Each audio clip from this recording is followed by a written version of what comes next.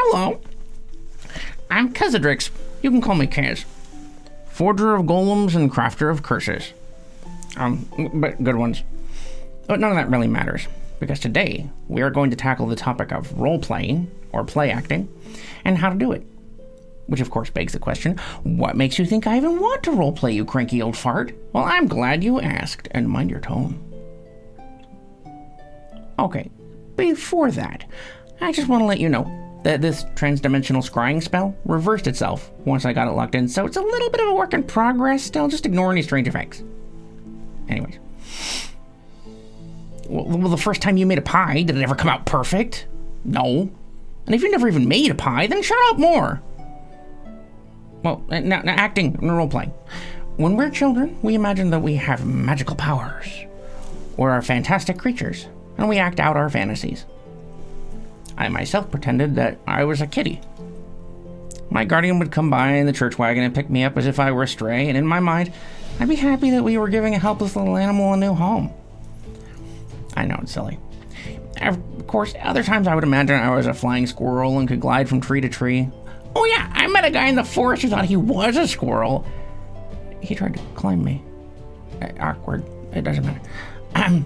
When we're kids, we have imaginary friends and we send our minds on amazing trips into the future or back into the age of prehistory. Our parents encourage us to act like animals or plants or even deities. I liked goblins. They were always grubby and naked. It just seemed more natural. Pageants or plays encourage our imaginations, and so do other things like themed birthday parties or dressing up for All Hallows Eve. I was usually an owl. I don't know, they just bug me. They have such big eyes and they do that weird creepy head thing. Anyways, during all this time of free-flowing creative expression, we never think to ourselves, oh, when I get older, I'll have to stop all this silly nonsense and be a mature grown-up. Well, at least I didn't. And yet as adults, we are expected to do just that. Why? I see no reason why we can't go on living life through the eyes of creative wonder that we had as a child. I understand we can't do that all the time with life's responsibilities and handling serious situations and whatnot, but seriously, when we are surrounded by others with the same perspective as us, we can reclaim some of the magic and awe of our free-thinking youth and live again as interdimensional pirates or sorcery-wielding elves. That's the magic of play acting or role-playing. When you're encouraged by your peers to fully embrace your imagination, and you can let yourself relax and enjoy being whatever and whomever you imagine, it feels like everything just somehow makes more sense. Like you can relax about all the difficult nonsense that happens each and every day. We humans, we need that. When we play pretend, we encourage ourselves and others to relax and be comfortable with whatever they're thinking and whoever they are. It's inspiring and validating to have other people around you respond to your character as though speaking directly to your soul in a world of witches and wizards and mayhem. And creating a scene together can be very exciting as the world seems to manifest around you.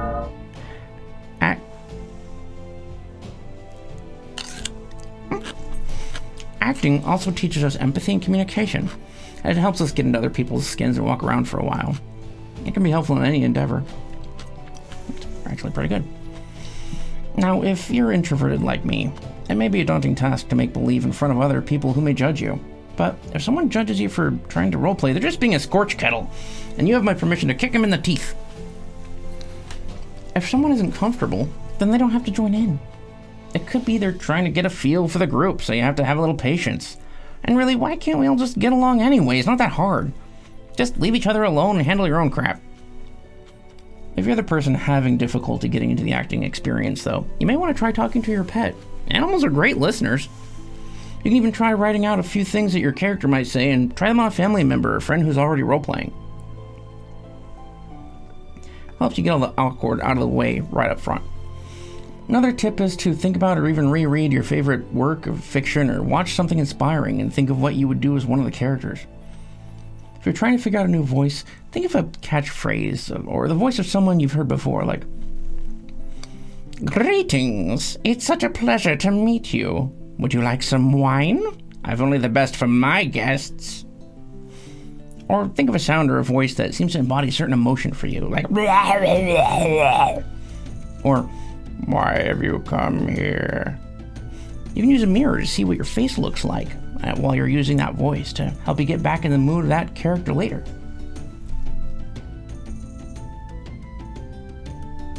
well, or even create 2 different characters and have them talk to each other. That would be adding intricacy to both of them. Then whether you decide to use one or the other, or even both, you're well practiced. Play with your voice. Try raising or lowering your tone, or faster or slower, or halting speed. Or maybe a character is just curious about everything, so everything they say sounds like a question? You make yourself sound irrepressibly happy or inconsolably sad. You can play female, male, or anything else you want, like a pixie or an elemental. There are a lot of other options, and I'll ask my counterpart in your world to leave a way for you to find those options somewhere. Now, if you're having trouble, don't be afraid to ask your fellow Fate Weavers or even the person overseeing the story to help you come up with a character background or voice. And don't underestimate the importance of body language.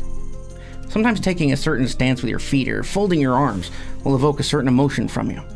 Maybe putting your hands on your hips makes you feel picky, or folding your arms makes you feel confident and safe. You can even base different aspects of the same character on those poses. People are weird. Yeah, I don't understand why people say one thing and do another. It's like they have 15 heads and it's totally random which one you'll get. I've never understood people. Hydras make more sense.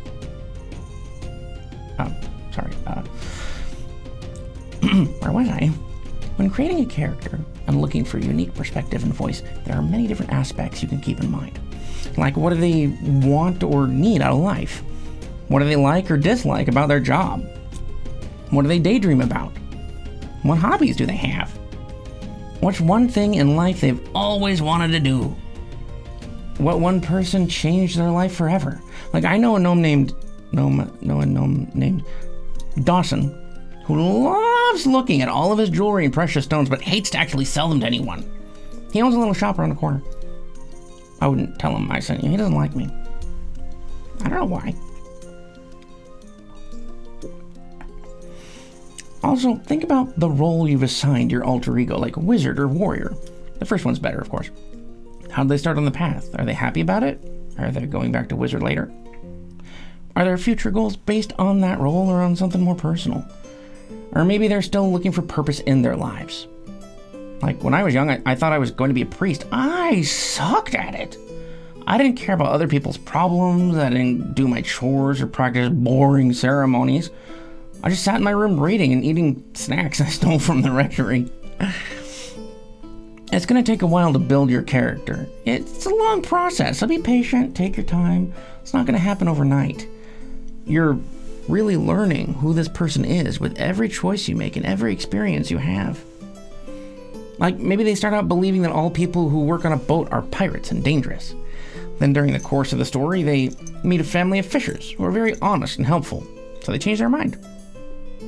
Or maybe they believe that this family was just trying to deceive them, and then try to expose the lies for what they are, even if there's nothing to it at all. And have patience with yourself. It's difficult translating your in-world experience to out-of-world because acting in the role of a character is at least a 3-part process. The actor hears what was said, they think about how their person would respond, and then reply from the character's perspective. If you can omit one of those steps, it'll feel a lot more natural to you and flow better for everybody. Also, if you keep a few values, a couple of things in mind that your character holds dear, you'll respond very quickly on those topics. It's hard to talk with cinnamon in my mouth. Making a backstory for your character can also show you what they love, so you can personify that in the middle of the story. It's a good trick. We expect adventurers to hate undead or sorcerers to dislike those who are opposed to magic, but what about a warrior who loves to carve soap dollies? Or a sorcerer who enjoys juggling or reading while she walks down the street so she knocks over a cart of fresh sweet potato pies? That almost made me cry. That was an apprentice, carried one. She's competent, just flighty. But you can even try something wacky, like loving to pickle everything you see or being fascinated with diseases. I sent a pack of adventurers after a guy like that. Scabs and sores all over his body, smelled like poo. Ugh. Give the Baron mummy rot. Getting off topic. Speaking is not the only kind of role-playing either. Playing a role is also about the way you interact with the world physically. For example, a wizard who walks through town smacking every store sign that he sees is doing it because he resents the established order, because of how many restrictions and pressures were placed on him. while he was learning the art, so he rebels in minor ways that make him feel better. It's okay, it didn't hurt anybody. Okay, now I gotta tell you something from the heart. The avatars that each of you create, including non-player characters, that phrase is always weird. They're going to be the living canvas upon which the richness and mood of your story are going to have, so be realistic with how people work, even if that's the total extent of the realism. Have wild, creative flights of fancy, but no one will accept it or get involved with it if you just don't bother to make believable people. If someone creates a soulless person who doesn't care about anything, it's going to negatively impact their enjoyment and everyone else's. I can't tell you how unnerving it is to meet one of these empty husks on the road or in town while shopping. Nothing is as bizarre as one of these interactions. In fact, I think I can use a little illusion and show you my memory of just such an occasion. Omnes conspecti, omnes oddity. Doodly-oop, doodly-oop, doodly-oop. Act like an idiot.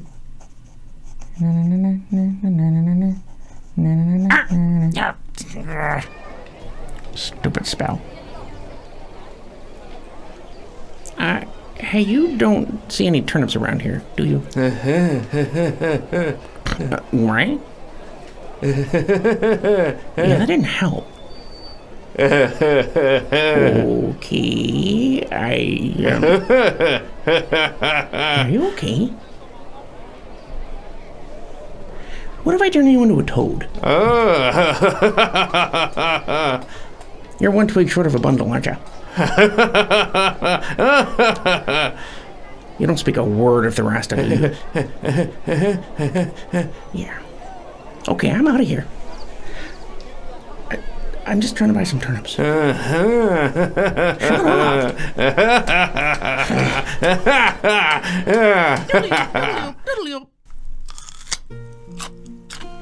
Alright, I think I've killed that dead horse enough. Time to move on.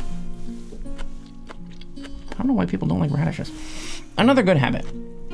Referring to the other creators around the table by their character names is a good way to stay immersed and encourage them to do so too. It also creates relationships between the characters. There are going to be a lot of interactions in the story that are visible to everyone at the table, but there are also going to be some that remain unsaid, like small kindnesses when they all bed down for the night, or a constant argument that two people have every night about how to properly flank someone. Characters don't stop existing or living just because we aren't privy to their each and every moment. Finally, when getting to know a new group and getting into the acting, you could ask the storyteller if there are any examples of what kind of mood or theme their world is in. They may be able to point you to examples from their previous stories or even act out a scene with you before you begin. That'd be nice of them. If they're listening, you should do that. There's this one world, for example, has a bunch of technology, werewolves and changelings and stuff, lots of weird things like good vampires who heal people and evil mages made out of chaos who change the landscape as they walk because their mere presence destroys reality. That's an interesting feel or mood for a world, though. To summarize, playing pretend is a good thing. Don't be afraid to act like an idiot.